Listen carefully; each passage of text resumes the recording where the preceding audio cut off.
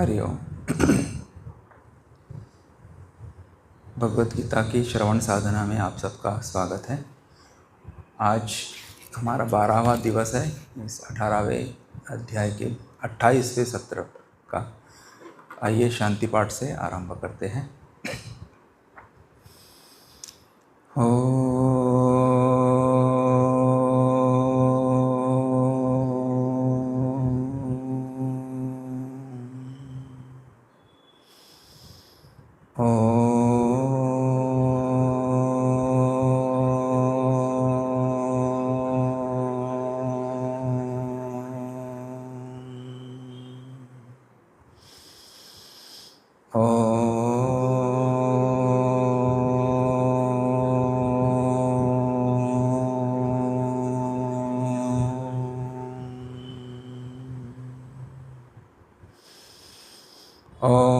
सहना भवतु सहनौ भुनक्तु सह वीर्यं करवावहै तेजस्विनावधीतमस्तु मा विद्विषावहै। ॐ शान्तिः शान्तिः शान्तिः। समस्तजनकल्याणे निरतं करुणामयं नमामि चिन्मयं देवं सद्गुरुं ब्रह्मविद्वरं वसुदेवसुतं देवं कंसचाणूरमर्दनं देवकी परमानन्दं कृष्णं वन्दे जगद्गुरुं। बुद्धिर्बलं यशोधैर्यं निर्भयत्वम् अरोगता अजाड्यं वाक्पटुत्वं च हनुमत्स्मरणात् भवेत्। आइए एक भजन गाते हैं। आज बुधवार है तो आज राम जी का भजन गाएंगे।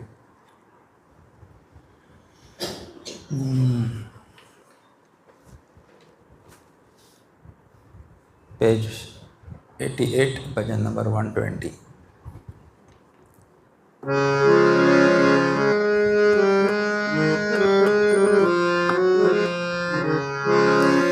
शरणागत वत्सल राम हरे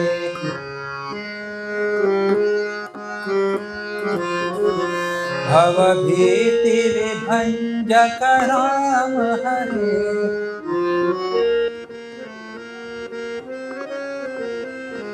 सुख शांति प्रदायक राम हरे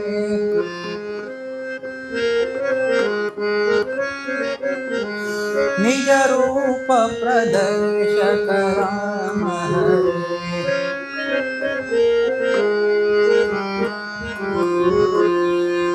राम हरे वैराग्य विवेकद राम हरे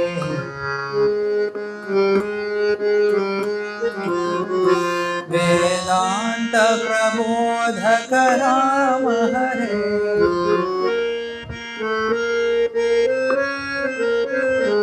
साम्राज्य विमुक्तिद राम हरे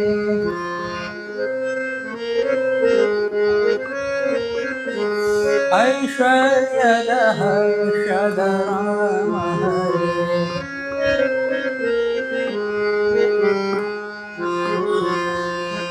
राम हरे निर्मल मानस प्रिय राम हरे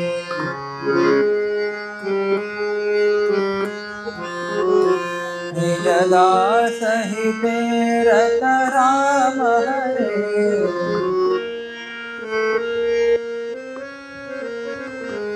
मम प्रेम सदा त्वयि राम हरे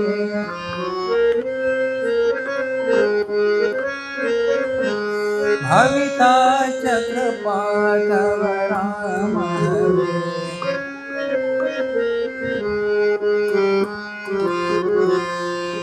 राम हरे राम हरे सियावर रामचंद्र की जय। ओम पार्थाय प्रतिबोधितां भगवता नारायणेन स्वयं व्यासेन क्रथितां पुराणमुनिना मध्ये महाभारतम् अद्वैतामृतवर्षिणीं भगवतीम् अष्टादशाध्यायिनीम् अम्ब त्वामनुसन्दधामि भगवद्गीते भवद्वेषिणी। जो कल हमने जो श्लोक 2 देखे थे उसको एक बार साथ में बोलेंगे। 65, 66। मन्मना भव मद्भक्तः मद्याजी मां नमस्कुरु मामे वैश्यसि सत्यन्ते प्रतिजाने प्रियोऽसि मे। सर्वधर्मान् परित्यज्य मामेकं शरणं व्रज अहं त्वा सर्वपापेभ्यः मोक्षयिष्यामि मा शुचः। हरि ओम। तो यहाँ पे भगवान ने हमको एक प्रतिज्ञा की थी कि अर्जुन से कहा कि तू मेरा भक्त हो जा, मन मना भव मद भक्तः भव, मेरे मन वाला बन जा, अपने मन को मेरे में लगा दे। मत त्याजी यानी मेरी पूजा कर, माम नमस्कुरु मुझे ही नमस्कार कर। इससे क्या होगा?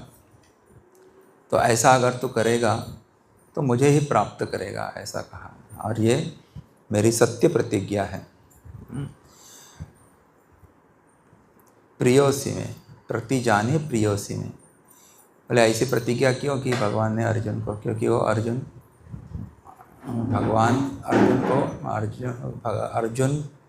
भगवान को अत्यंत प्रिय थे। हाँ, दोनों तरफ से अर्जुन को भी भगवान अत्यंत प्रिय थे।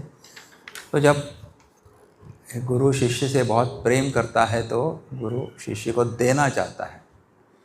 शिष्य भी जिज्ञासु है, वर्दी ऑफ लव हो, तो फिर वो उनको गुरु शिष्य को अपना पूरा ज्ञान देना चाहते हैं। तो ऐसे अर्जुन भी भगवान के सखा भी थे और प्रिय भक्त भी हैं। तो इसीलिए उनको कहा कि तू मेरे मन वाला बन जा, मेरा भक्त बन जा, मेरी पूजा कर और मुझको ही नमस्कार कर, तो तुम क्या हो जाएगा? मुझको प्राप्त हो जाएगा। अच्छा, यू विल बिकम मी, ऐसा कहा। भगवान का स्वरूप है सच्चिदानंद स्वरूप, तो भक्त भी सच्चित आनंद स्वरूप बन जाता है, तो provided he has this 4 qualities. और उसके बाद भगवान ने जो प्रसिद्ध श्लोक है 66 और बोला था यहाँ पे, सर्वधर्मान् परित्यज्य मामेकं शरणं व्रज अहम त्वा सर्वपापेभ्यः मोक्षयिष्यामि मा शुचः।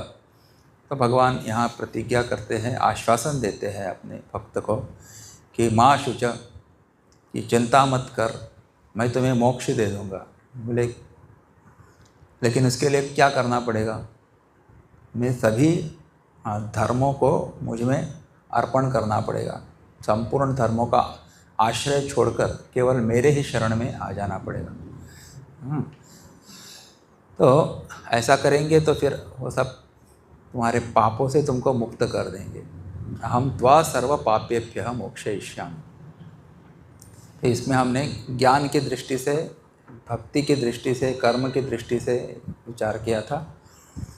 तो ज्ञान की दृष्टि से विचार करेंगे तो हम अपना स्वरूप, जिसको धर्म कहते हैं, सच्चिदानंद स्वरूप है, उसको तो नहीं दे सकते क्योंकि वो अपना है।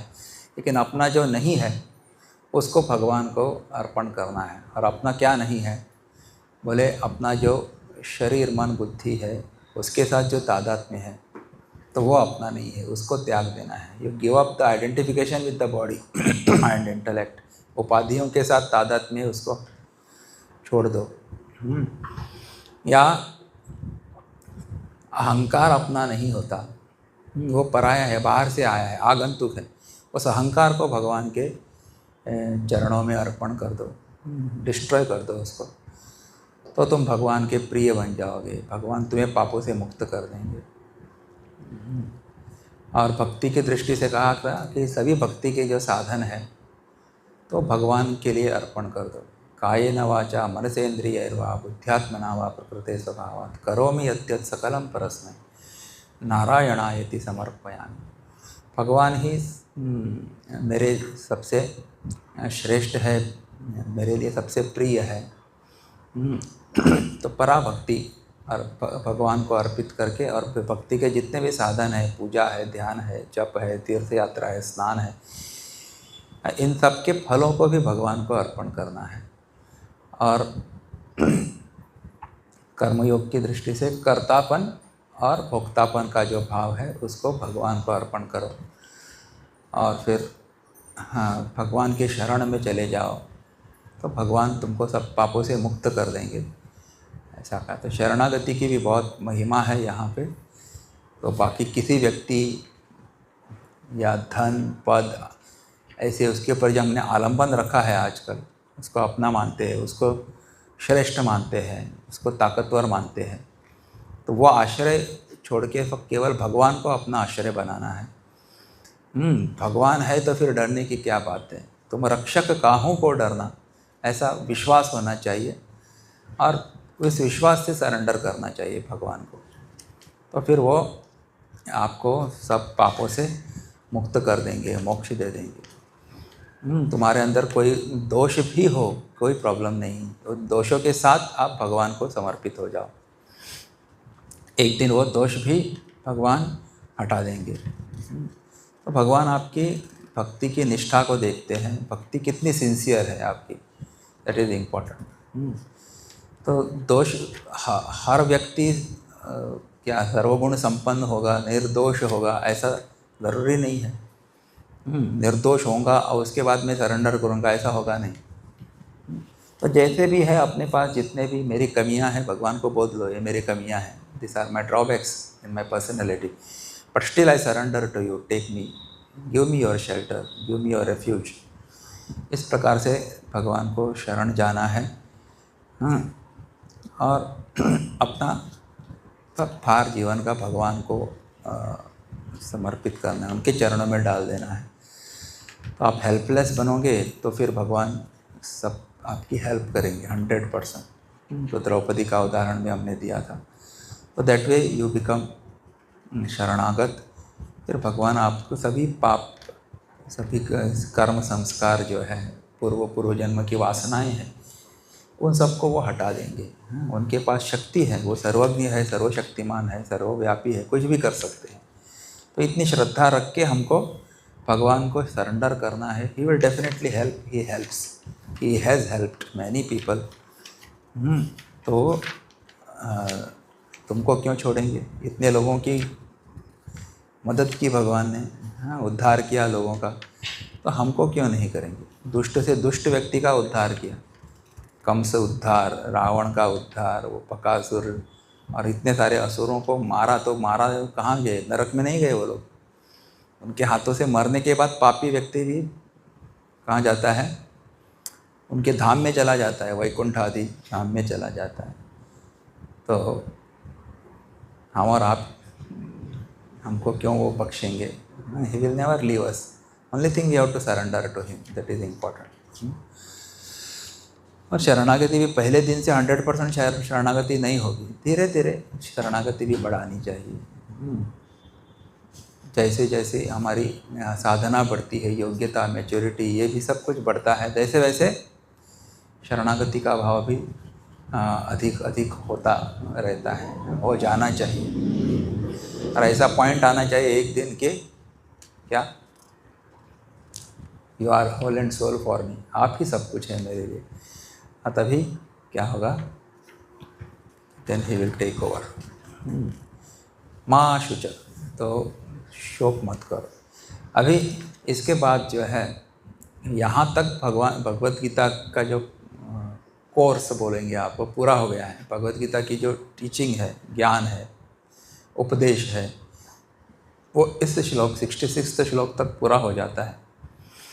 अब इसके बाद जो है, जो श्लोक आए हैं कुछ श्लोक जो आए हैं उसको कहते हैं शास्त्र संप्रधान विधि, यानी शास्त्र किसको पढ़ाना चाहिए इसकी भी विधि शास्त्र में बताई जाती है। तो ये भगवद गीता भी एक शास्त्र ग्रंथ है, तो इसको किसको सिखाना चाहिए और किसको नहीं सिखाना चाहिए ये यहाँ पे अभी आगे अगले श्लोकों में बताएंगे। आगे हम पढ़ते हैं। तो 67वां श्लोक पढ़ेंगे। इदं ते ना तपस्काय ना भक्ताय कदाचन न च शुश्रूषवे वाच्यं न च मां योऽभ्यसूयति इदं ते न तपस्काय न भक्ताय कदाचन न च शुश्रूषवे वाच्यं न च मां योऽभ्यसूयति। तो यहाँ पे भगवान कहते हैं कि जो अधिकारी नहीं है ऐसे लोगों को गीता नहीं सिखानी चाहिए। तो इदं ते अतपस्काय न वाच्यम, यानी ये गुह्यतम जो शास्त्र जो है भगवद गीता का, या फिर आप ये भी कह सकते हैं अभी जो मैंने आपको वचन दिया जो 65वें श्लोक में 66 श्लोक में अहम त्वा सर्व पापेभ्यः मोक्षयिष्यामि, तो ये किसको नहीं सिखाना चाहिए? पहले नंबर 1 अतपस्काय, यह सर्वगुह्यतम वचन मुझे या तुझे, ते यानी तुझे, अतपस्काय न वाच्यम, अतपस्वी को नहीं कहना चाहिए। अतपस्वी यानी जो भोगी है, तपश्चर्या नहीं करता, ऐसा व्यक्ति, उसको नहीं देना चाहिए ऐसा कहा। अभक्ताय, जो भक्त नहीं है उसको भी नहीं देना चाहिए। कदाचन यानी कभी भी नहीं देना चाहिए, नहीं कहना चाहिए। च अश्रूषवे, अशुश्रूषवे, जो सुनना नहीं चाहता, शुश्रूषा का मतलब है जो सुनना नहीं चाहता, दूसरा सेवा भाव जिसमें नहीं है, ऐसे व्यक्ति को भी भगवद गीता नहीं सिखानी चाहिए। न च यह माम अभ्यसूयति, न, और किसको नहीं देना चाहिए? बोले यहाँ पे क्या, जो मुझे में दोष दृष्टि करता है उसको भी नहीं कहना चाहिए। मैं किसको किसको नहीं कहना चाहिए? तो यह सर्वगुह्यतम वचन तुझे अतपस्वी को नहीं कहना चाहिए, अभक्त को कभी नहीं कहना चाहिए, तथा जो सुनना नहीं चाहता उसको भी नहीं कहना चाहिए, और जो मुझ में दोष दृष्टि करता है उसको भी नहीं कहना चाहिए। एकदम का तो ये गीता शास्त्र को किसको नहीं कहना चाहिए? तो पहली बात उन्होंने कहा इदं ते न अतपस्काय, अच्छा, न इदं ते, हाँ, न अतपस्काय। अतपस्काय का मतलब क्या है? पर जो तपस्वी नहीं है, और तप का मतलब क्या होता है? हमारे किसी भी उच्च ध्येय को प्राप्त करने के लिए जो हम अपने इंद्रियों का संयम करते हैं और कष्ट उठाते हैं, विपरीत परिस्थिति भी क्यों ना है उसको हम सहन करते हैं, तो इसको कहते हैं तप, तपश्चर्या। तप और क्या है? तितिक्षा, इसमें अंतर है। बोले क्या अंतर है? तप तब होता है जब आपके पास बहुत सारी चीज़ें खाने पीने के लिए होती है, हाँ, लेकिन फिर भी आप क्या करते हैं? नहीं खाते, बिना खाए रहते हैं। और तितिक्षा यानी खाने पीने की चीज़ें है नहीं, परिस्थिति यानी जो बाहर का तापमान बहुत ज़्यादा ठंडा है, बहुत ज़्यादा गर्म है, फिर भी उसको सहन करते हैं, उसको कहते हैं तितिक्षा, सहन शक्ति। तो यहाँ पे कहा है जो तपस्वी नहीं है तो अपने कर्तव्य का पालन करते हुए स्वाभाविक जो कष्ट आ जाए, विपरीत परिस्थिति आ जाए, उसको प्रसन्नतापूर्वक सहने का नाम तप है। अबे ये तप नहीं होगा तो क्या होगा?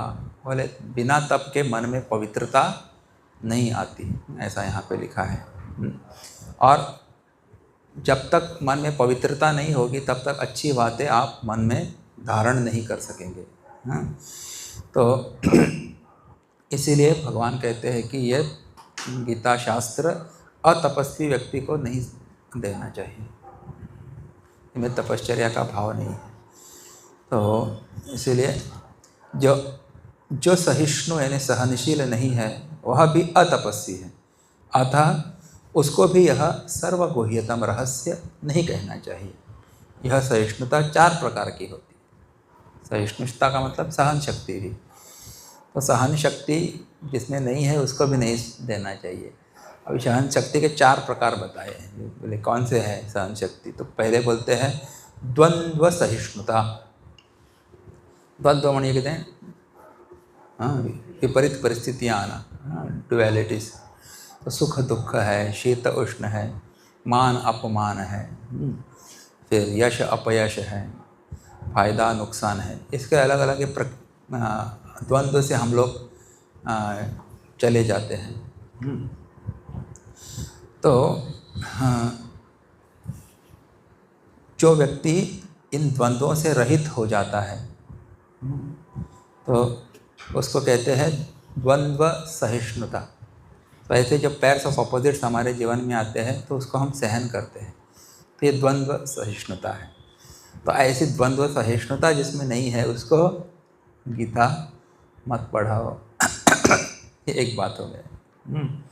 फिर दूसरा कहा है वेग सहिष्णुता। वेग का माने कहते हैं, वेग माने स्पीड एक्चुअली।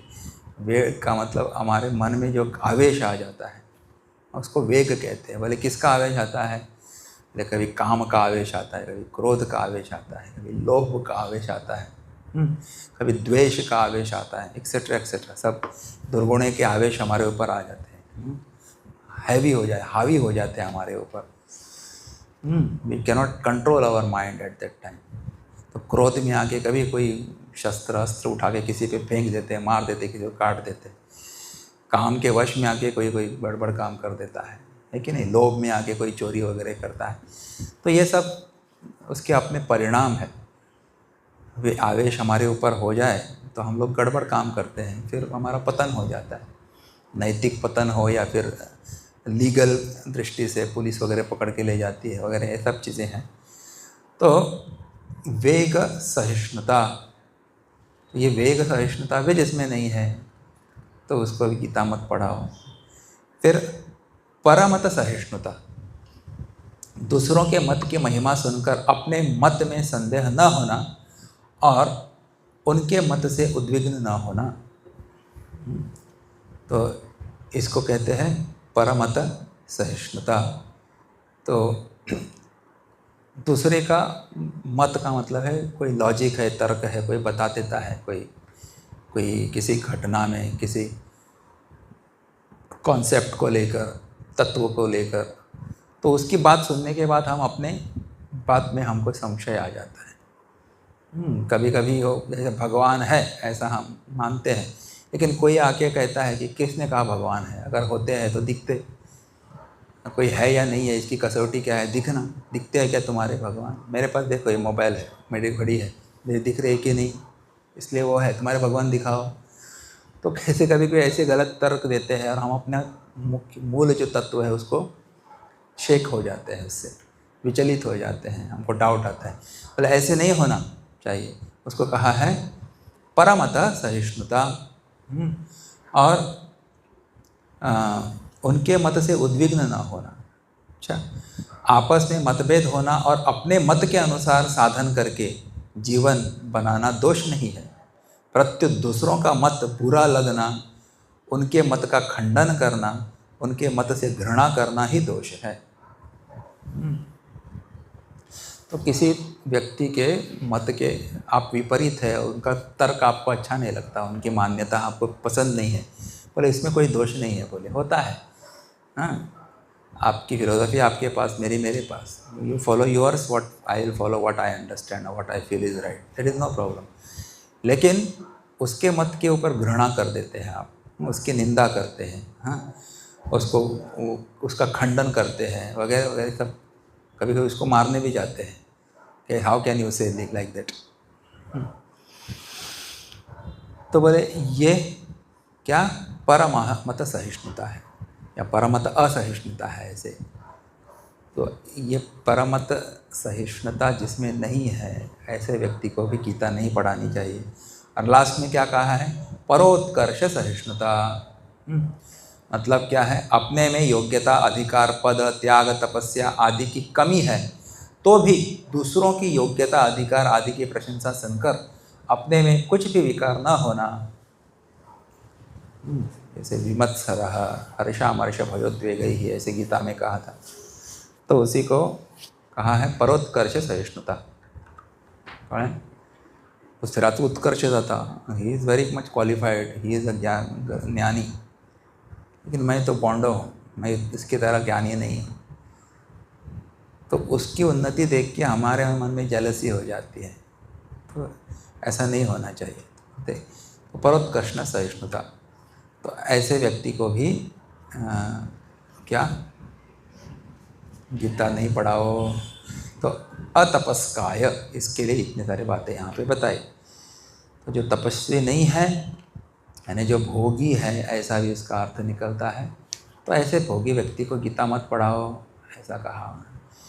फिर क्या कहा,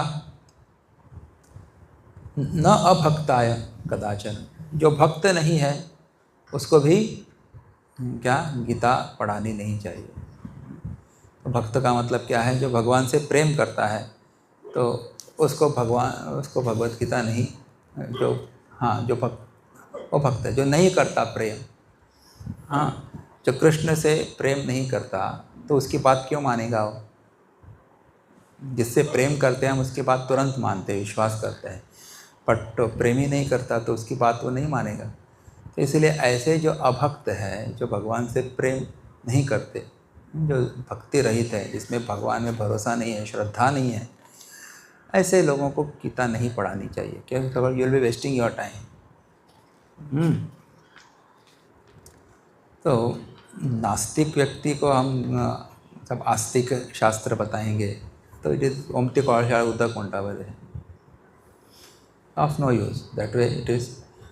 तो क्योंकि श्रद्धा, विश्वास और भक्ति न होने से उनकी यह विपरीत धारणा हो सकती है कि भगवान तो आत्मा श्लाघी है, स्वार्थी है और दूसरों को वश में करना चाहते हैं। जो दूसरों को अपनी आज्ञा में चलाना चाहता है वह दूसरों को क्या निहाले करेगा, तो उनके शरण होने से क्या लाभ आदि आदि। है ना, भगवान कृष्ण में श्रद्धा नहीं है तो आप उनके क्या वचनों में भी दोष देखने लगेंगे।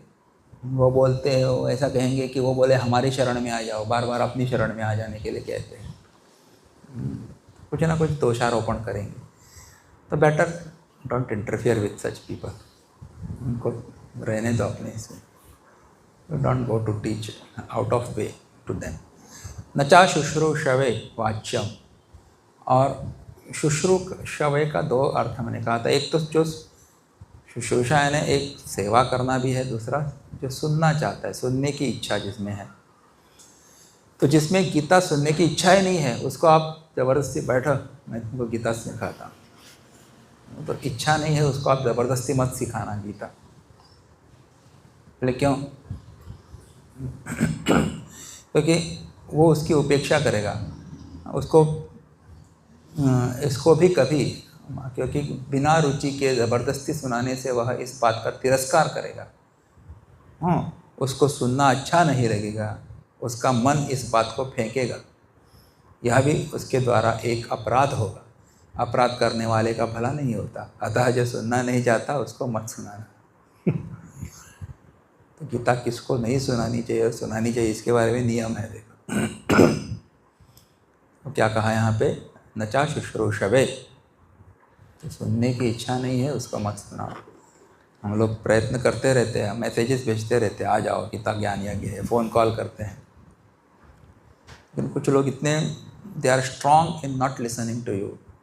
एक को मैंने कहा कि देखो अभी तुम, शुरुआत में जब आरंभ किया तो 2 लोगों के मैं पीछे पड़ता था हमेशा, तो उसको मैंने एक दिन ऐसे ही मैसेज डाली, देखो अभी तो तुम यंग हो, लेकिन एक दिन ऐसा आएगा, अवश्य सुनो, कि तुम बिस्तर पे होगी, तुमको याद आएगा एक सन्यासी तुमको गीता प्रवचन सुनाने के लिए बुलाता था हर दिन, लेकिन तुमने एक दिन भी उनकी बात नहीं मानी। लेकिन अभी तुम्हारा जाने का समय आ गया, अभी तुम कुछ भी नहीं कर सकते। ये सुनने के बाद तुम्हारा कुछ तो उद्धार हो सकता था, बट वो अपॉर्चुनिटी तुमने छोड़ दी। And now you cannot get this minute, you cannot do anything. तो ये याद रख के आ जाओ गीता सुनने के लिए। ऐसे मैसेज भेजी मैंने एक को, because I was concern for that person, आ जाओ। और उनको बोलता था कि 2 लोगों को मैं पीछे पड़ता हूँ, वो दोनों नहीं हैं बट हमारे संस्कार ऐसे होते हैं, वासनाएं ऐसी होती हैं, तो आने नहीं देते हमको यहाँ पे प्रवचन में। कुछ तो कुछ काम निकलवा देंगे, लेकिन वही उन्हीं को कहो कि आप कहीं घूमने जाएंगे, तुरंत एक पैर पे खड़े हो जाते हो। लेकिन ऐसे कोई सत्संग में एकाग्रचित्त सुनने के लिए, कुछ अच्छी बातें आत्मसात करने के लिए बुलाएंगे, दे विल नेवर कम। लेकिन हमको प्रयत्न करते रहना चाहिए। हाँ, एक बात तो ये है कि don't give up, we should do. उसके बाद वो नहीं आते, उनका प्रारब्ध है, या उनके ऊपर कृपा नहीं है, ऐसा भी कह सकते हैं भगवान की। तो ऐसे सत्संग में सुनने के लिए वही आते हैं जिनको बाकी बिहारी बुलाते हैं, नहीं तो कोई आ नहीं सकता है ऐसे। Correct? Do you believe this? Why not many people are here? और इतने सारे लोग हैं, मैं यहाँ पे नहीं बोल रहा हूँ, जहाँ पे भी सत्संग होता है संख्या कम क्यों होती है? और जहाँ कोई पार्टी है, रिसेप्शन है, या कोई बीच पे जाना है, मौज मस्ती करना है, तो हज़ारों लोग दिखते हैं, लेकिन सत्संग में बहुत कम क्यों है? क्योंकि उनमें अभी वो पुण्य नहीं है। बिनु सत्संग विवेक न होई, राम कृपा बिनु सुलभ न सोई, ऐसा कहा है। तो सत्संग के बिना विवेक नहीं होता, और बिना राम जी की कृपा के सत्संग नहीं मिलता। तो राम जी की कृपा होनी चाहिए, तभी सत्संग मिलेगा हमको। तो बुलाने के बाद बार बार डायरेक्टली कॉल करके बुलाने के बाद भी नहीं लोग आते, तो अभी कृपा नहीं है उनके ऊपर, या अभी उनको उन्हीं पे रखना चाहते हैं भगवान। चले रावत साराम गुरु फटुन रावत। तो यहाँ पे कहा कि ऐसे जो लोग होते हैं, कौन? नचा शुश्रूषवे, सुनना नहीं चाहते, उसका आप मत सुनाओ, क्योंकि उनमें वो तो फिर उपेक्षा करेंगे आपके ज्ञान की। नचवाम योभ्य सूयति। और सर ये बहुत इम्पोर्टेंट बात है। तो जो अभ्यसूयति माम, मैंने मुझ में जो दोष दृष्टि रखता है, उसको भी गीता नहीं सुनानी चाहिए। कृष्ण में जो दोष दृष्टि रखता है, उसको दोष दृष्टि यानी किस भाव से बोल सकता है? कुछ भी ले सकता है। गीता के कुछ श्लोक लेगा और बोले, भगवान बोलते हैं देखो मेरी शरण में आ जा, मत परह बोलते हैं,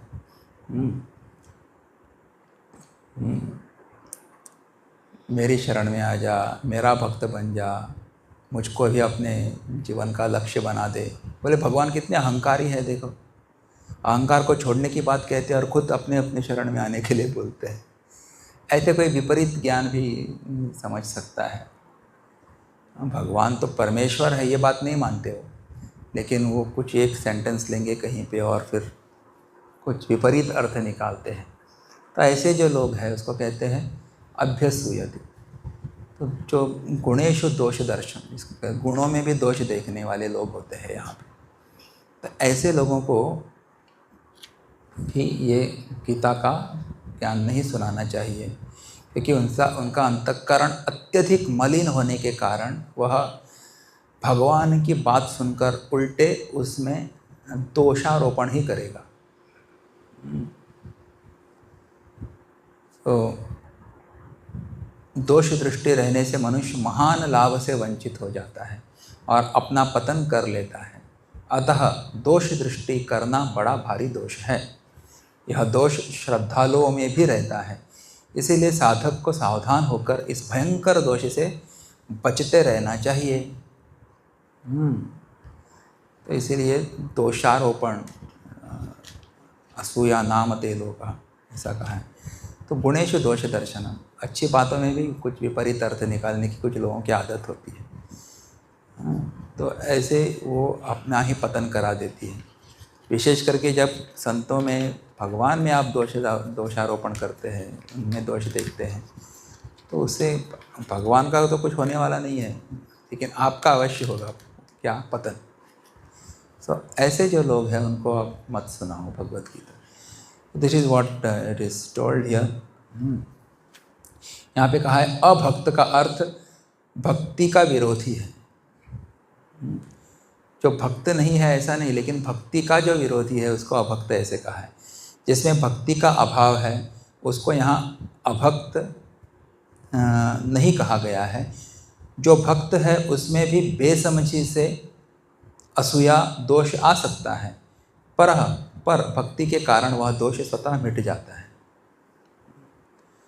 तो जो भक्ति में ही दोष देखता है, भक्ति कितना कर पा कौन सांगला भक्ति कर पा, हाँ ऐसे।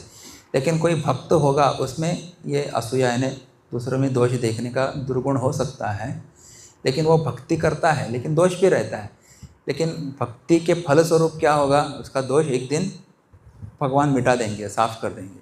अच्छा, लेकिन जो भक्ति में ही दोष देखता है, कळें भक्ती कित्याक करपाक जाय, कोणाले बरें जाल्लें आतां भक्ती करून अशें टायमपास भक्ती म्हणजे त्यापेक्षा कितें तरी काम कर, पैसे कमाय, ऐसे जो, तो वो भक्ति का ही विरोधी है, उसका कुछ नहीं कर सकते फिर ऐसे लोगों का।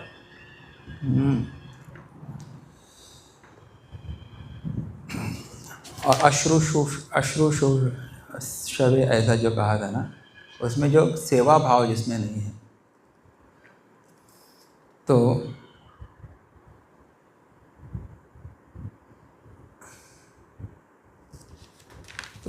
ऐसे जो सेवा भावी नहीं है उससे लोगों को भी आप प्रवचन मत दो, सुनाओ मत। ओके, अभी इसके बाद क्या कहा है, अभी इसके विपरीत जो भगवत गीता पढ़ाता है दूसरों को, तो उनका क्या होता है। तो भगवान ने बड़ी सुंदर बात, very sweet shloka here, 68th shloka, य इदं परमं गुह्यं मद्भक्तेष्वभिधास्यति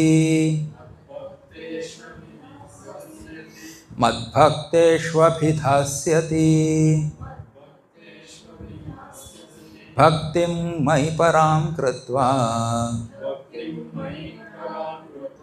मामेवैष्यत्य संशयः। य इदं परमं गुह्यं मद्भक्तेष्वभिधास्यति भक्तिं मयि परां कृत्वा मामेवैष्यत्य संशयः। हाँ, मयि परां भक्तिं कृत्वा, मुझ में पराभक्ति करके, यह इदं परमं गुह्यम, जो इस परम गोपनीय संवाद यानी गीता ग्रंथ को मद्भक्तेषु अभिधास्यति, मेरे भक्तों में कहेगा, वह माम एव एष्यति असंशयः, मुझे ही प्राप्त होगा, इसमें कोई संदेह नहीं है। बहुत प्यारी बात कही है कि मुझ में पराभक्ति करके जो इस परम गोपनीय संवाद गीता ग्रंथ को मेरे भक्तों में कहेगा, वह मुझे ही प्राप्त होगा, इसमें कोई संदेह नहीं है। तो क्या कहा, आप भगवान में समाविष्ट होना चाहते हैं या भगवान को प्राप्त करना चाहते हैं, तो एक और उपाय हम कर सकते हैं। बोले क्या, तो आप भगवान के भक्त बन जाओ और ये भगवत गीता का उपदेश है तो उनके भक्तों को सुनाओ, तो भी आप भगवान के साथ एक रूप हो जाएंगे। तो पराभक्ति का मतलब क्या है, यहाँ पे लिखा है, जो मेरे में पराभक्ति करके इस गीता को कहता है। इसका तात्पर्य है कि जो रुपये, मान, बढ़ाई, भेंट, पूजा, आदर, सत्कार आदि किसी भी वस्तु के लिए नहीं कहता, प्रत्युत भगवान में भक्ति हो जाए, भगवत भक्तों का मनन हो जाए, इन भावों का प्रचार हो जाए, इनकी आवृत्ति हो जाए, सुनकर लोगों का दुख, जलन, संताप आदि दूर हो जाए, सबका कल्याण हो जाए, ऐसे उद्देश्य से जो कहता है, इस प्रकार भगवान की भक्ति का उद्देश्य रखकर कहना ही पराभक्ति करके कहना है। पराभक्ती म्हणजे कळ्ळें आतां कितें कितें सगळे गोष्टी गीता सांगून कोणाचे तरी बरें जावचें, उसका उद्धार हो जाए, उसकी भगवान में भक्ति हो जाए, उसके विचार साफ हो जाए, उसके विचार स्पष्ट हो जाए, सत्य असत्य सही गलत के देकर, तो ये और इसका चिंतन उसके मन में हो जाए, उसका आचरण बदल जाए। इस भाव से जब हम गीता दूसरों को सुनाते हैं तो वह सबसे बड़ी भक्ति है, ऐसा कहा है। तो इस प्रकार भगवान की भक्ति का उद्देश्य रखकर कहना ही पराभक्ति करके कहना है। हाँ, तो भगवत गीता सुनने के बाद जो सुन रहा है उसके मन का ताप, संताप, डाउट्स वगैरह सब जो भी है, कष्ट दुख सब नष्ट हो जाए और भगवान के चरणों में समर्पित हो जाए, उसके मन में भी भक्ति उत्पन्न हो जाए, ऐसा हमारा भाव होना चाहिए गीता सिखाते वक्त। तो उसी को यहाँ पराभक्ति ऐसा कहा है। ठीक है, जैसे पराभक्ति का मतलब भगवान को सबसे श्रेष्ठ मानना जीवन में, इसको भी पराभक्ति कहते हैं, न कि किसी लौकिक व्यक्ति को। यहाँ पे इस प्रकार इसका अर्थ दिया है।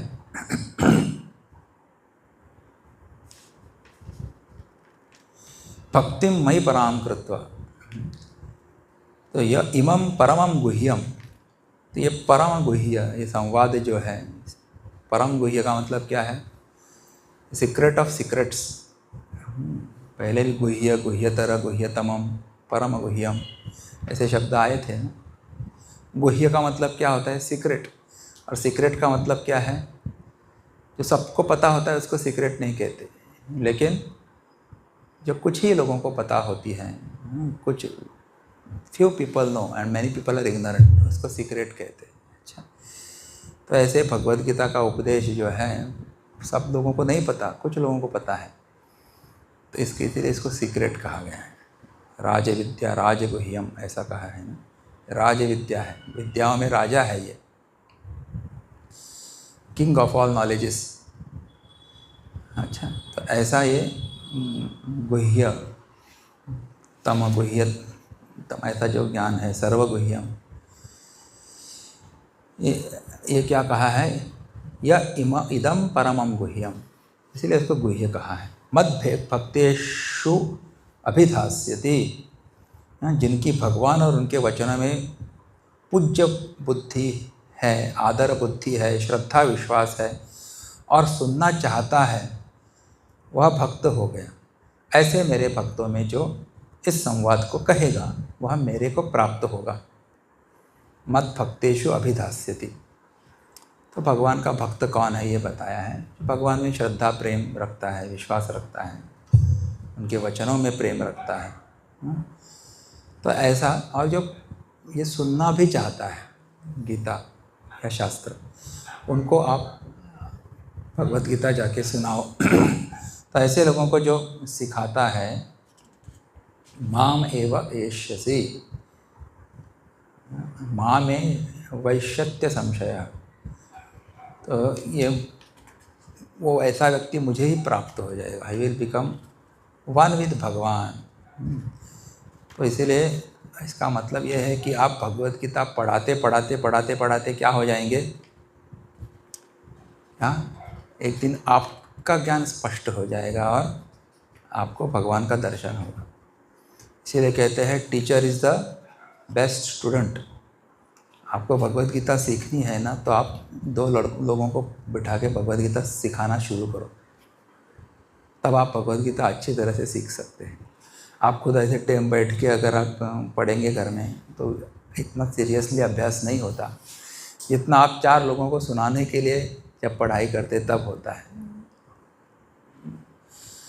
तो so then you seriously try to understand the concepts in Bhagavad Gita, the logic etc. क्यों? जब तक आप स्पष्ट नहीं होंगे आप लोगों को कैसे पढ़ाएंगे? इसीलिए आपको अच्छी तरह से पढ़ना ही पड़ता है। तो जब आप पढ़ेंगे तो आपके डाउट्स क्लियर हो जाएंगे बहुत सारे। तो इसीलिए मैं खुद भगवद गीता जब पढ़ता हूँ, जब कंपलसरी मैं हर महीने में एक बार भगवद गीता लेता हूँ, except when there are lots of programmes और अदर दूसरा ज्ञान यज्ञ है या कोई और एक्टिविटी है तो ऐसा संभव नहीं हो पाता है। But otherwise I see that there is 7 days gap and I start. तो इससे मुझे फ़ायदा ये हुआ कि मुझे मेरे दोष पता चले। पहली बात तो ये है, ये पढ़ने के बाद yes I behave in this way and this is told here. तो अपना खुद का पहले हमको, बिकॉज शास्त्र इस क्या है, उसको मिरर कहते हैं ना। When you read it you come to know कि हाँ यहाँ पे दोष है, यहाँ पे दोष है, देन यू कैन इम्प्रूव। तो that's why this is a very good साधन that Gurudev has given to us कि आप स्वाध्याय प्रवचने च न प्रमदितव्यम, ऐसा कहते हैं। स्वाध्याय और प्रवचन में कभी आलस मत करना। तो सिर्फ 7 दिन लेते हैं। कितने सारे हमारे स्वामी जी ब्रह्मचारी एव्हरी डे दे डू सत्संग। प्रत्येक सगळे लोक धावतले त्यांना कोण करतात, पुढले महिन्यात घेऊया, कंटाळा येतो आमकां, संस्कार ना किंवा बाकीची जबाबदारी असता, अशें म्हणप न्ही। Household duties are also there, इसीलिए भी नहीं आते लोग, बात अलग है। लेकिन every day also there are in some आश्रमास देर आर सत्संग्स happening every day for 1 hour at least. Online भी होता है। स्वामी अभेदानंद जी का हर दिन प्रोग्राम होता है, कुछ ना कुछ continuously he will be taking. हमारे स्वामी प्रत्यानंद जी हर दिन क्लास लेते हैं, सुबह भी लेंगे शाम को भी लेंगे। और उनकी शास्त्र वासना बहुत स्ट्रांग है। हमारी शास्त्र वासना इतनी स्ट्रांग नहीं है। They love speaking on शास्त्र, studying and reflecting and talking, but वो नष्ट ना हो जाए इसलिए मैं पढ़ते रहता हूँ। तो फिर अच्छा लगता है कि 7 days I got focused in studies. बात ये अच्छी लगती है, थोड़ा क्यों ना हो, but I came to know something about Gita. और पढ़ते पढ़ते ये भी पता चलता है कि हमको कितना सारा पता नहीं है। That is the first thing you come to know कि you do not know so many things in Bhagavad Gita and so many things are to be known. इसको और 25 बार लेंगे तो भी बात ऐसी होगी कि और भी कुछ कमी है। इसे बार बार इसका अध्ययन होना चाहिए, चिंतन होना चाहिए। तो क्या बोल रहा था मैं, मामे वैश्यत्य संशय। तो ऐसे आप भक्तों को गीता पढ़ाएंगे तो आप खुद भगवान को प्राप्त हो जाएंगे। मतलब क्या है, वो चिंतन करते करते, पढ़ाई करते करते करते आपके भी दोष, राग द्वेष आदि सब नष्ट हो जाएंगे। Then you will also live a very pious life and pure life, and then one day you will also become one with God that way। तो हमारे गुरुदेव ने, स्वामी चिन्मयानंद जी ने बहुत महान कार्य किया है गीता का प्रचार प्रसार करने के लिए। इसलिए उनका नाम, एक नाम है गीता ज्ञान यज्ञ प्रचारकाय नमः। तो मैं उनको नमस्कार करता हूँ जिन्होंने गीता ज्ञान यज्ञ का प्रचार किया। पहले भगवद गीता केवल कुछ पंडित लोग ही पढ़ते थे। हाँ, केवल अपने शिष्यों को ही, एक ही कम्युनिटी पढ़ती थी, केवल ब्राह्मण लोगों के घर में पढ़ाया जाता, या केवल सन्यासियों को ही पढ़ाया जाता था आश्रमों में। गृहस्थों को या इन जनरल पब्लिक को नहीं देते थे। लेकिन गुरुदेव ने कहा, जब उन्होंने खुद भगवद गीता पढ़ी तो उन्होंने ये पता किया, उनको ये लगा कि अरे इसकी ज़रूरत तो सबको है। It is not a property of a few people of a few communities or one community. No, it is a property of the entire world। कृष्णम वंदे जगत गुरुम, ऐसा कहते हैं। तो उनका शास्त्र जो जगत का ही शास्त्र होगा ना, जगत की भलाई का। तो ही केम आउट। तो उन्होंने कहा आप निकालो भगवद गीता, घर में हो तो बांध के मत रखो उसको, पूजा घर से निकालो उसको, हाथ में ले लो, ये एक बहुत बड़ी क्रांति की है गुरुदेव ने, चिन्मयानंद जी ने, कि सबको गीता हाथ में पकड़ाते थे और एक श्लोक खुद बोलते थे और लोगों को रिपीट करवाते थे। तो he made Bhagavad Gita public. That is a great contribution to this world by Swami Chinmayananda ji. हाँ, और अधिकार देखा नहीं किसी का उन्होंने। उनके ऊपर फिर कमेंट्स भी हुए, दोष भी किया, लोगों ने दोषारोपण किया, बोले अधिकारी लोगों को जो बिना अधिकार के हैं उनको भी पढ़ा रहे हैं। तो उनका ये मानना था कि जिनका कोई अधिकार नहीं है गीता सुनने की, जिनकी योग्यता नहीं है, वो अगर प्रवचन में आ जाता है वो व्यक्ति, तो क्या होगा, एक तो पहले दिन सुन के दूसरे दिन भाग जाएगा, अच्छा, या फिर क्या होगा, आएगा और सो जाएगा, because it never understands anything. या हो सकता है कि उनको सुनने के बाद उनके मन में इच्छा हो गई, this is really sensible, what is Krishna has told is very sensible, logical, आजमाया जाए इसको, इसलिए दूसरे दिन से वो रेगुलरली आ भी सकता है। करेक्ट, ये हो सकता है कि नहीं? इसीलिए कहा कि जो अनधिकारी है अपने आप गल जाएंगे, निकल जाएंगे, फिल्टर आउट हो जाएंगे, लेकिन अधिकारियों में भी, अनधिकारियों में भी समझो कोई जिज्ञासा उत्पन्न होती है, वो कि अधिकारी बन सकता है आगे चल के, तो why should we give that, leave this what you call it option.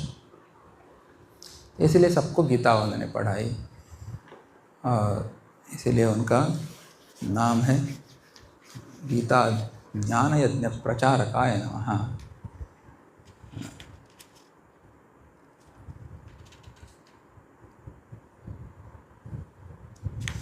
तो य इमं परमं गुह्यं मद्भक्तेष्वभिधास्यति भक्तिं मयि परां कृत्वा मामे वैश्यत्य संशयः। तो ऐसा व्यक्ति जब अधिकारी लोगों को गीता पढ़ाएगा तो वो भी भगवान को प्राप्त हो जाएगा, he becomes very dear to भगवान। तो ये उनके लिए भी लागू होता है जो भगवद गीता पढ़ाते हैं, it means Gita chanting competitions लेते हैं, उनको भगवद गीता बच्चों को सिखाते हैं, छोटे छोटे बच्चों को। ये भी बहुत बड़ा महान कार्य है जो हमारी सेविकाएं हैं यहाँ, प्रतिभा जी है, गौरी अम्मा और जोशी जी, बहुत सारे लोग पूरे विश्व में हमारी सेवक सेविकाएं गीता पढ़ाते हैं, स्कूल में जाके, कॉलोनीज में जाके, आश्रमों में। ऐसे लोग भी भगवान को बहुत प्रिय है।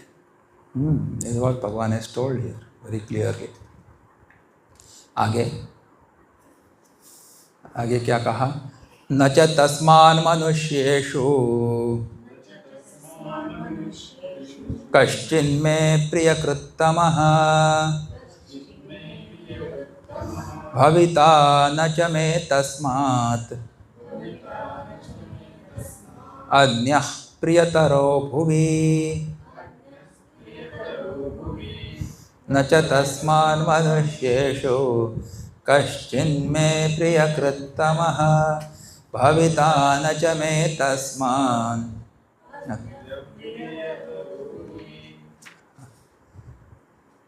तो यहाँ पे कहा है कि तस्मात् मैं प्रियकृत्तमः, यानी उसके समान मेरा अत्यंत प्रिय कार्य करने वाला, मनुष्येषु कश्चित न, मनुष्यों में कोई भी नहीं है, च भुवि, और इस भूमंडल पर, तस्मात् में, अन्यः प्रियतरः भविता च न, इस भूमंडल पर उसके समान मेरा दूसरा कोई प्रियतर होगा भी नहीं। हाँ, कितनी बड़ी बात कही है देखो भगवान। उसके समान यानी उसके समान जो भगवत गीता दूसरों को पढ़ाता है, उसके समान मेरा अत्यंत प्रिय कार्य करने वाला मनुष्यों में कोई भी नहीं है, ऐसा कहा है। और इस भूमंडल पर उसके समान मेरा दूसरा कोई प्रियतर होगा भी नहीं। पढ़े तुमका। तो आप गीता पढ़ाएंगे तो देखो भगवान ने कहा कि you will be most dear to me, तुझे सारखा आणि प्रेमी माझं कोण ना म्हणता, और इस पूरे पृथ्वी पर भी दूसरा कोई प्रियतर नहीं होगा। तो ये भगवान ने इस गीता की महिमा बताई है। जो गीता पढ़ाता है उनको भी प्रोत्साहन दिया है कि आप गीता पढ़ाएंगे तो मेरे बहुत ही प्रिय बन जाएंगे। देखो, लोगों को बहुत बार ऐसा होता है कि सेवा से तात्पर्य उनको लगता है कि जैसे कुएं खोदना, किसी को नौकरी देना, किसी को घर बांध के देना, कोई अस्पताल खोलना, धर्मशाला खोलना, अनाथालय खोलना, हाँ, ये कुत्तों की सेवा करना, गायों की सेवा करना, यही सेवा है ऐसे लोगों को लगता है। कोई physical work, physical service to people. लेकिन ज्ञान देना, शास्त्रों का ज्ञान देना, सही मार्ग पे चलने की का ज्ञान देना, मार्गदर्शन करना, इसको कोई वैल्यू नहीं देते ज़्यादा लोग। प्रवचन देता हमारे व्हडले कितें, आम्ही पण हांगा गरिबां खातीर हांगा जेवण, प्रत्येक दिसा जेवण घालता लोकांक। आम्ही पळय हॉस्पिटल, फ्री हॉस्पिटल, फुकट दवाई पावसाळ्यात दिता, तेमी कितें करता? फक्त बसून प्रवचन करता थंय। आम्ही खरें काम करता, तेमी फक्त उलयता। ऐसे ऐसे कमेंट्स करते हैं लोग एक्चुअली। तो उनको लगता है कि प्रवचन देना is a useless thing, waste of activity. और वहाँ पे ये प्रकार की जो सेवाएं हमने बताई वही सबसे बड़ा काम है, ऐसे लोगों को लगता है, जो कि सही धारणा नहीं है। तो इसलिए हम लोग जो चिन्मय मिशन का काम जो है वो बोले कॉज लेवल पे होता है। कॉज मतलब कारण, और अन्य संस्थाएं जो है वो इफ़ेक्ट लेवल पे काम करती हैं, कार्य के स्तर पे। What is the meaning of cause level and effect level? Cause का मतलब क्या है? देखो, अभी ये ड्रग एब्यूज़ वगैरह होता है, उसके लिए एजाइलम्स होते हैं, कोई अनाथालय, वृद्धों को कोई वृद्धाश्रम होते हैं, कोई अनाथालय होते हैं। वृद्धों को क्यों ऐसे वृद्धाश्रम में रहने की नौबत क्यों आती है? क्योंकि their children do not respect them parents. उनके क्या माता पिता के प्रति प्रेम नहीं है, इसके दे थिंक दे आर बोझ। अच्छा, इसीलिए फिर वो खोलना पड़ता है। कोई खोलता है और उनको रहने की व्यवस्था करता है तो वो बहुत बड़ा सेवक बन जाता है। ये अनाथ बच्चे जब होते हैं तो उनके रहने की व्यवस्था, उनका खान पान, पढ़ाई, मेडिसिन, ये सब कोई व्यवस्था करता है। This is effect level work. अभी ज़रा सोचो कि जब हम शास्त्र पढ़ाएंगे, किसी को अच्छी तरह से समझाएंगे, तो ये अनाथ बच्चे पैदा होंगे क्या? पहले बताओ। If you live a very value based and moral, ethical, pure life, will there be people, will there be children born like this before marriage? सोचो, जब हम अपना धर्म पढ़ाएंगे बच्चों को, बड़ों को, सबको, माता पिता के प्रति भी अपना धर्म है, देश के प्रति भी धर्म है। एक दिन तुम भी वृद्ध होने वाले हो, याद रखो। So you will also expect your son to take care of you, and you should also take care of your old parents now. तो अपना धर्म है। ये कहाँ पे पता चलेगा? जब तक आप सत्संग में नहीं आएंगे, शास्त्र नहीं पढ़ेंगे, you will not understand all this things. तो हम लोग ये ज्ञान दे के उस वृत्ति को वहीं पे काट देते हैं। हाँ, घाल्या बाबा घाल्या और अनाथाश्रमान बेजार ना तुडणार पडटा, खोकत आसता आनी कितें तेगेलें, ते आश्रमान घातल्या बरें, सगळे डॉक्टर विक्टर थंयच येता, आमकां आनी कटकट ना। अरे ये उसकी वृत्ति हमने अगर बदल दी और वो खुद अपने माता पिता की सेवा करता है, वो दिखाई नहीं देता हमको। भुरग्यान घरा रावन आपल्या आवय बापायची सेवा केली हें दिसता, पूण अनाथाश्रमामध्ये वृद्धाश्रमान सगळ्यांची सेवा करता सगळें रोखडें दिसता, आनी वृद्धाश्रमान ओपन केला आनी ते लोकांची सेवा करता. But because of this knowledge he is taking care of his old parents with lots of love and devotion. Correct. तो वृद्धाश्रम खोलने की आवश्यकता ही नहीं पड़ रही है because of the effect of this knowledge. So this is called we work at the cause level and there are many organizations working at the effect level. अच्छा, तो ये फ़र्क है। और ऐसा नहीं है कि चिन्मय मिशन इफेक्ट लेवल पे काम नहीं कर रहा है, हमारा बहुत बड़ा काम चल रहा है। कॉर्ड जिसको बोलते हैं, चिन्मय ऑर्गेनाइजेशन फॉर रूरल डेवलपमेंट, हज़ारों गांव एडॉप्ट किए गए हैं। कहाँ पे? हिमाचल में हो, उड़ीसा में हो, तमिलनाडु में हो, इवन श्रीलंका में है। और फिर उनको स्वावलंबन की कला सिखाई जा रही है, women empowerment, child empowerment, nutrition programme, micro banking, so many. तो वो अपना खुद इंडिपेंडेंट हो गया, व्यवसाय सिखा रहे हैं उनको, skills are given to them, weaving हो या फिर वो बुनाई करना, ये बैग मेकिंग एक्सेट्रा, ड्रेस वगैरह बनाते हैं वो लोग, और उसको फिर हम बेचते हैं। तो वो स्वावलंबी बन गई महिलाएं वहाँ पे। हिमाचल में तो हमारी डॉक्टर क्षमा मैत्रे है, उनको तो 2007 में या 2009 में पद्मश्री पुरस्कार मिल गया है। Government of India recognise her service, she is Chinmaya mission की सेविका। We are also serving like that. और गुरुजी कह रहे थे कि वहाँ पे भी, उस कॉर्ड में भी जो लोग वॉलंटरी सेवा करते हैं वो भी ये शास्त्र पढ़ते हैं। जब मैं वहाँ कॉर्ड में जाता हूँ सिद्धबाड़ी में, हिमाचल में, तो बोलते हैं वहाँ पे जब सत्संग के लिए मैं उनके पास जाता हूँ, उनको मिलने के लिए जाता हूँ, तो वो हमको प्रश्न वो किंडल लाइफ से पूछते हैं, ये कॉन्सेप्ट क्या है, वो हमको समझाइए ज़रा। तो those people who are serving also they are learning Bhagavad Gita and all the text written by Swami Chinmayananda ji, वो भी अभ्यास वर्ग में जाते हैं। तो service with knowledge and right attitude is very important. तो बात ये है कि यह भी बहुत बड़ी सेवा है जो दिखती नहीं है बाहर से, बट किसी का मन बदलना है, विचार पर परिवर्तन, वो व्यक्ति को चेंज हो जाता है। अगर कोई डाकू है वो बदल गया, वो संत बन गया, करेक्ट। वाल्मीकि, वाल्याकोड़ी बिकम्स वाल्मीकि, रत्नाकर डाकू वाल्मीकि ऋषि बन गए। कितना बड़ा ट्रांसफॉर्मेशन। तो दैट काइंड ऑफ सर्विस, जो उच्छृंखल बच्चे हैं, एकदम चंचल वृत्ति के बच्चे हैं, वो बाल विहार में आके शांत हो जाते हैं, गीता पढ़ के, मनाचे श्लोक पढ़ के, दे बिकम डिसिप्लिन थोड़ा। तो that is a service that Chinmay mission is doing, which is not seen directly. तो इसीलिए डोंट नेगेटिवली कमेंट कि आप सिर्फ प्रवचन देते हैं, ऐसे नहीं। प्रवचन से ही हमारी एटीट्यूड बनता है, मन बनता है, विचार बनते हैं, आदतें बदलती हैं।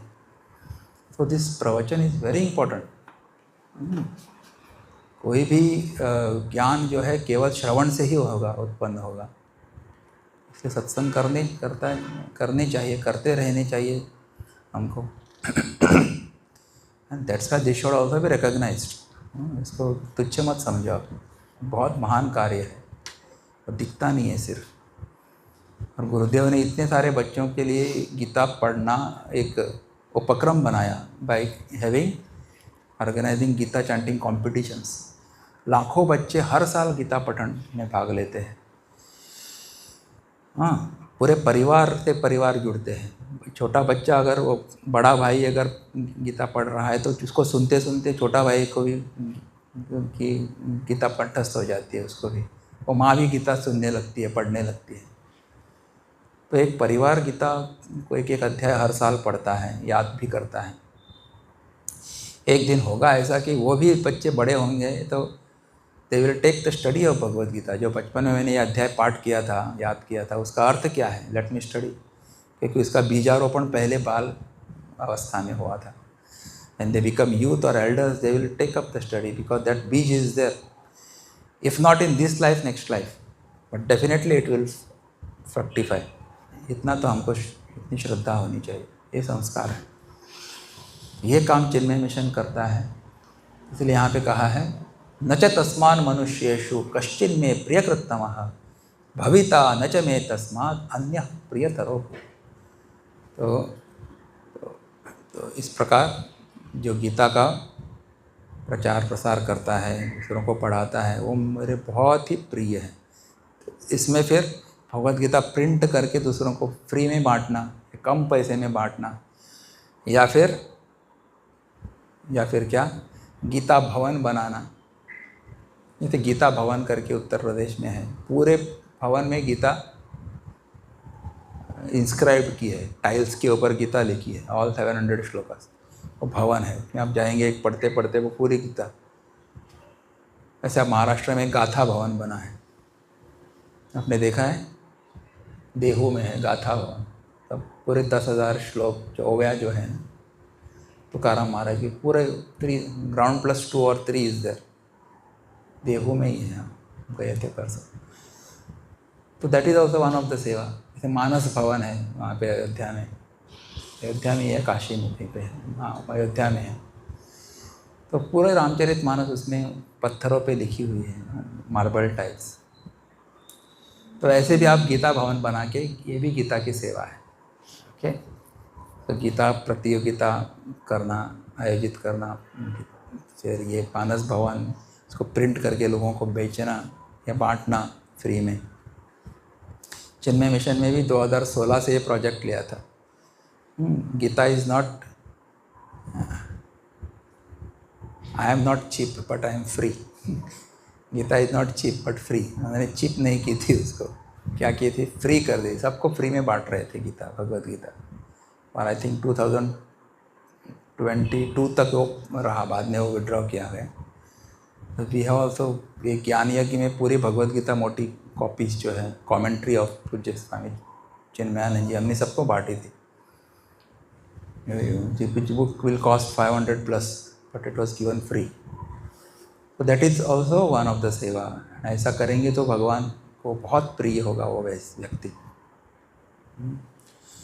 तो प्रियकृतम पद से जो कृत पद आया है, उसका तात्पर्य है कि गीता का प्रचार करने में उसका अपना कोई स्वार्थ नहीं है, मान बढ़ाई आदर सत्कार आदि की कोई कामना नहीं है, केवल भगवत प्रीत्यर्थ गीता के भावों का प्रचार करता है। इसीलिए वह प्रियकृतम, भगवान का अत्यंत प्रिय कार्य करने वाला है। प्रियकृतम का म्हणा तरतम बोलते हैं ना, तम म्हणजे सुपरलेटिव डिग्री, सगळ्यांना आवडतं तो खंयच्या भावान करता। भावना क्या होती है, मुझे बहुत सारी दक्षिणा मिले, मेरा पेपर में फ़ोटो आ जाए, इसलिए मेरी लोग स्तुति करें, वाह कितना अच्छा प्रवचन करता है, बोले इस भाव से नहीं, लेकिन गीता सुनने के बाद लोगों का अच्छा हो जाए, त्यांचे बरे जाऊं, या भावनेन जो प्रवचन करता। म्हाका मान सम्मान बढाई पद आणि फोटो बिटो त्याची काहीच इच्छा ना, पण लोकांचे कोणा आयकप्याचे भायर जाऊं, ह्या उद्देशान जो निस्वार्थ भावान शिकयता भगवद्गीता, तो म्हाका खूब आवडटा देवान। भवितान च मे तस्मान अन्य प्रियतरो भुवि, जिसमें अपनी मान बढ़ाई की वासना नहीं है, कुछ स्वार्थ भाव भी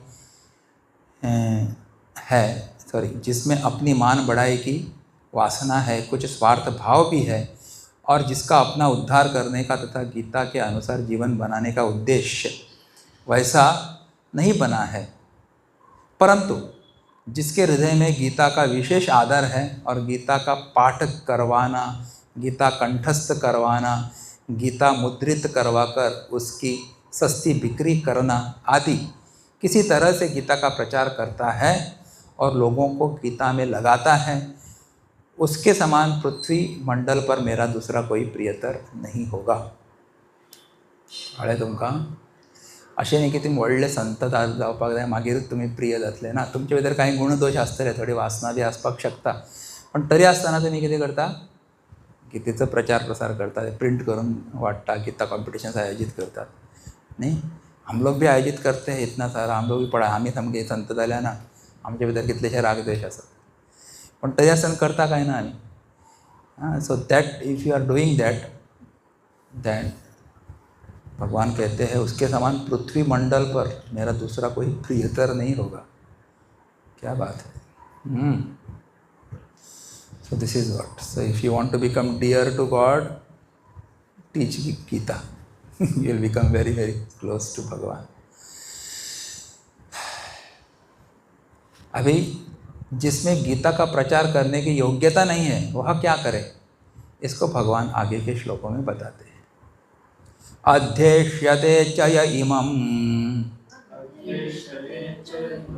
धर्म्यं संवादमावयोः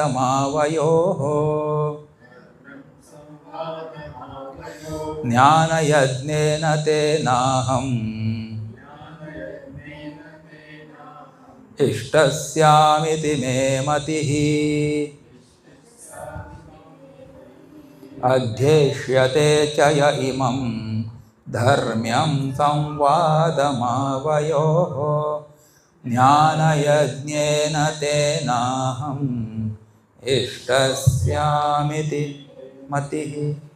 यह आवयोः जो मनुष्य हम दोनों के इमं धर्म्यं संवादम इस धर्ममय संवाद का अध्येष्यते अध्ययन करेगा, तेन च अहम उसके द्वारा भी मैं ज्ञान यज्ञ से इष्टः स्याम पूजित होऊंगा, इति में मति ही ऐसा मेरा मत है।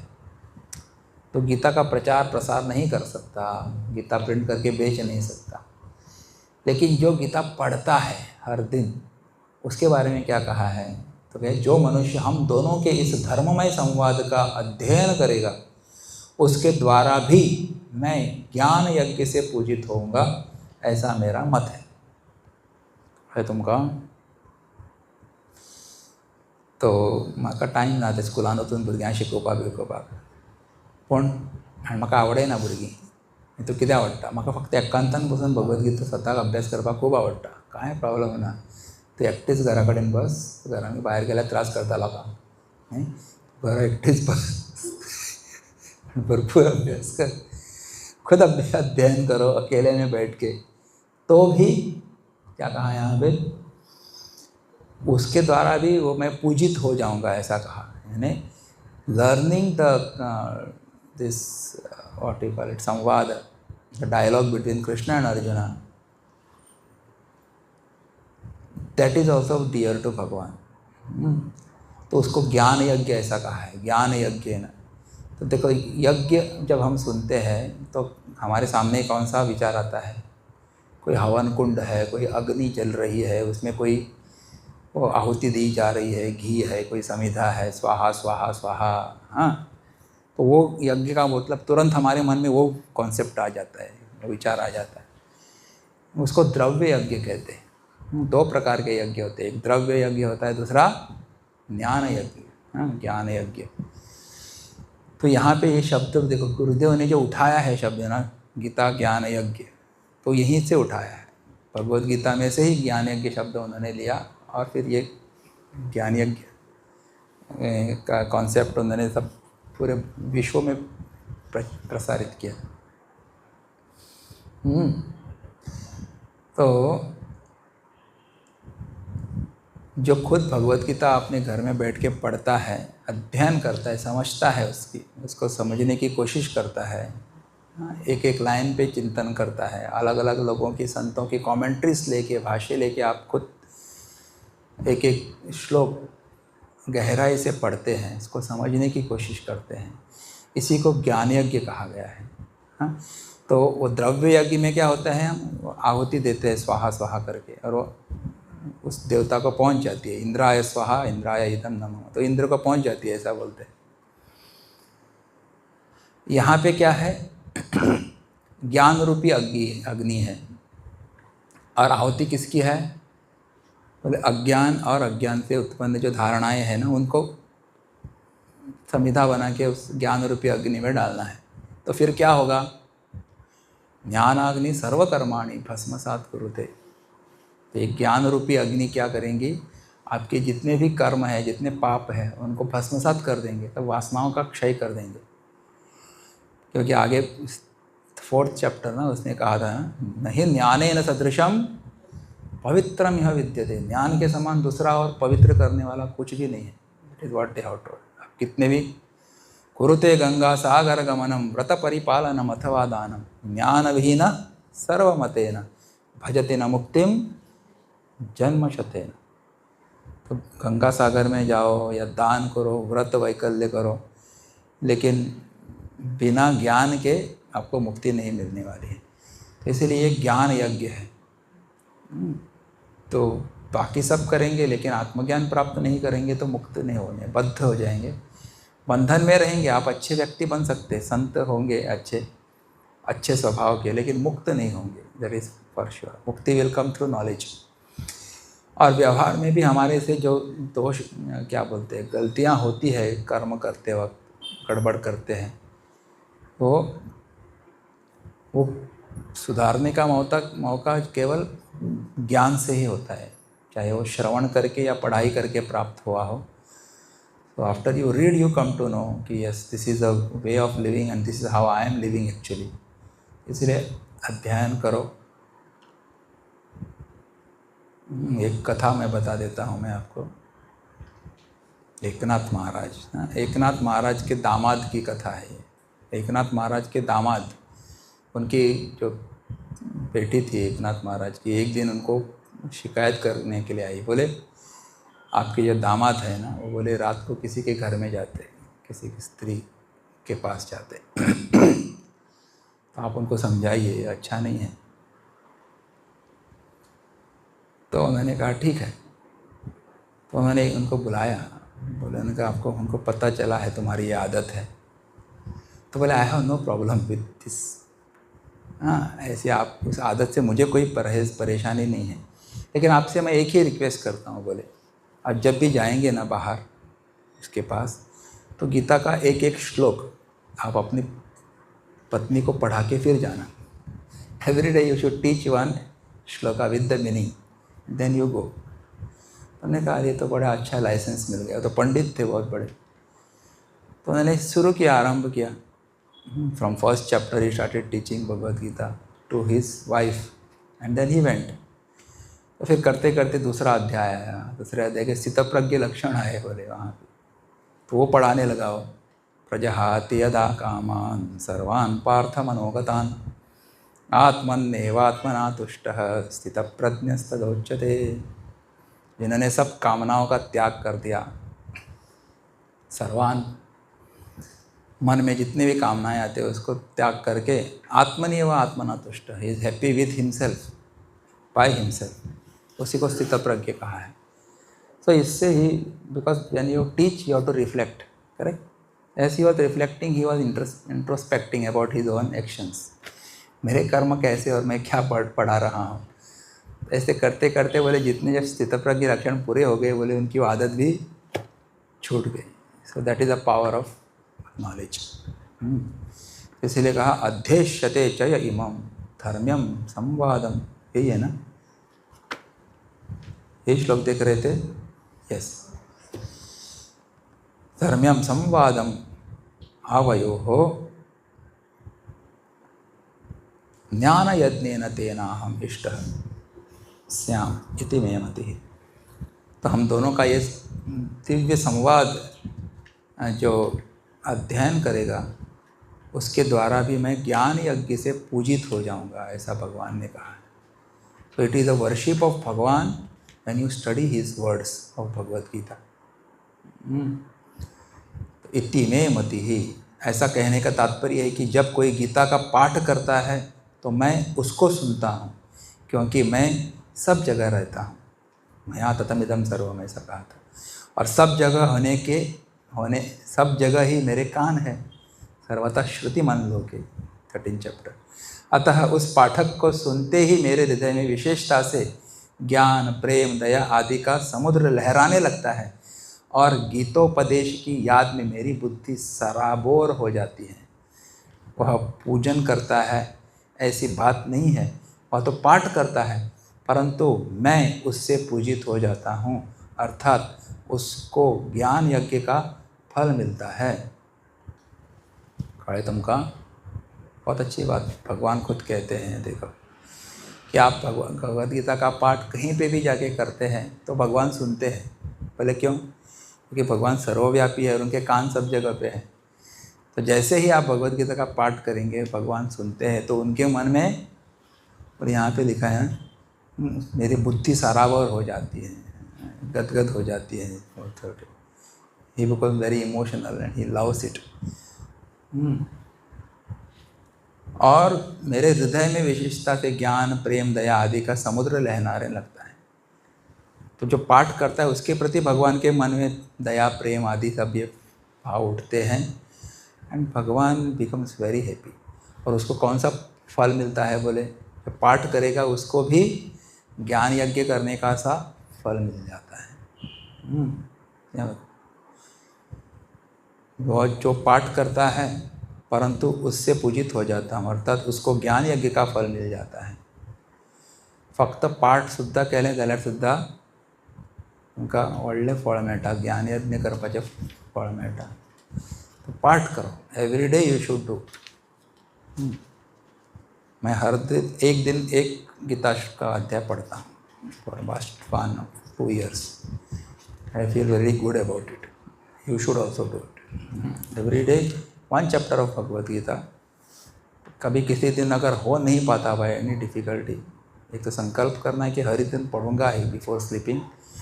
अगर नहीं हो पा रहा है तो दूसरे दिन 2 अध्याय करके ये व्रत का पालन करना है, तो इससे ये भगवान खुश हो जाएंगे।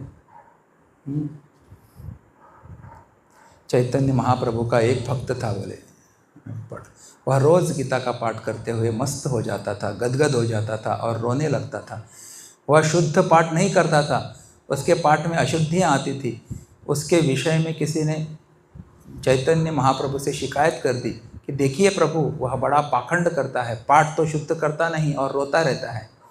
चैतन्य महाप्रभु ने उसको अपने पास बुलाकर पूछा, तुम गीता का पाठ करते हो तो क्या उसका अर्थ जानते हो? उसने कहा, नहीं प्रभु। फिर पूछा, तो फिर तुम रोते क्यों हो? उसने कहा, मैं जब अर्जुन उवाच पढ़ता हूँ तो अर्जुन भगवान से पूछ रहे हैं, ऐसा मेरे को प्रत्यक्ष दिखता है। और जब मैं श्री भगवान उवाच पढ़ता हूँ तो भगवान अर्जुन के प्रश्नों का उत्तर दे रहे हैं, ऐसा मेरे को प्रत्यक्ष दिखता है। इस प्रकार भगवान श्री कृष्ण और अर्जुन का आपस में संवाद हो रहा है, ऐसा मैं प्रत्यक्ष देखता हूँ। परंतु अर्जुन क्या पूछते हैं और भगवान क्या उत्तर देते हैं, यह मेरी समझ में नहीं आता। मैं तो उन दोनों के दर्शन कर करके राजी हो जाता हूँ। उसकी ऐसी श्रद्धा भक्ति देखकर चैतन्य महाप्रभु बहुत प्रसन्न हुए। इस प्रकार की श्रद्धा भक्ति वाला मनुष्य गीता को केवल सुन भी ले तो उसकी मुक्ति में कोई संदेह नहीं रहता। वह शरीर छूटने पर संपूर्ण पापों से मुक्त होकर पुण्य कार्यों के शुभ लोकों को प्राप्त होता है। भाई तुमका बिना समझे भी आप भगवत गीता पढ़ेंगे तो भी उसका भी फल है। बट हमको तो इतनी अपॉर्चुनिटी मिली है कि पढ़ के समझ के पढ़े, करेक्ट, या पढ़ के उसके बाद समझे। तो we should make best use of our opportunity. अभी इतना सब सुनने के बाद अभी और भी कुछ श्लोक बाकी है। तो जो गीता का प्रचार और अध्ययन भी नहीं कर सके उसको क्या करना चाहिए आदि। और कल हम ये गीता का ये संपूर्ण पूर्ण करेंगे अध्ययन। ओके, लास्ट श्लोक 78 श्लोक। Tomorrow we will complete Bhagavad Gita. कल का आखिरी दिवस है। इस पिछले 3 साल से हम लोग देख रहे हैं, तो we concluded tomorrow hopefully. Yes, आरती। वीर मारुति गंभीर मारुति, वीर मारुति अति धीर मारुति,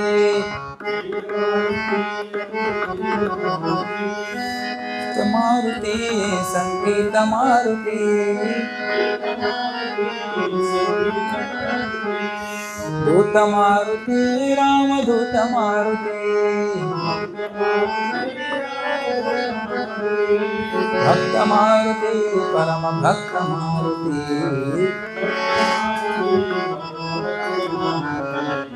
धीर मारुति गंभीर मारुति, गंभीर मारुति गंभीर मारुति।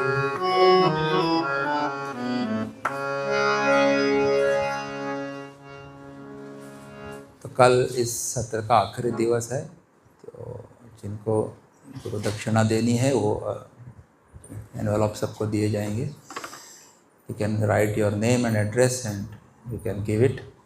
जो ऑनलाइन सुन रहे हैं उनको भी अगर देना हो वो भी हम अपने बैंक डिटेल्स डिस्क्रिप्शन में दे देंगे, वहाँ पे आप और अवश्य अपना पैन कार्ड नंबर हमको देना, वो बहुत ज़रूरी है। यस, अभी गीता की आरती करेंगे।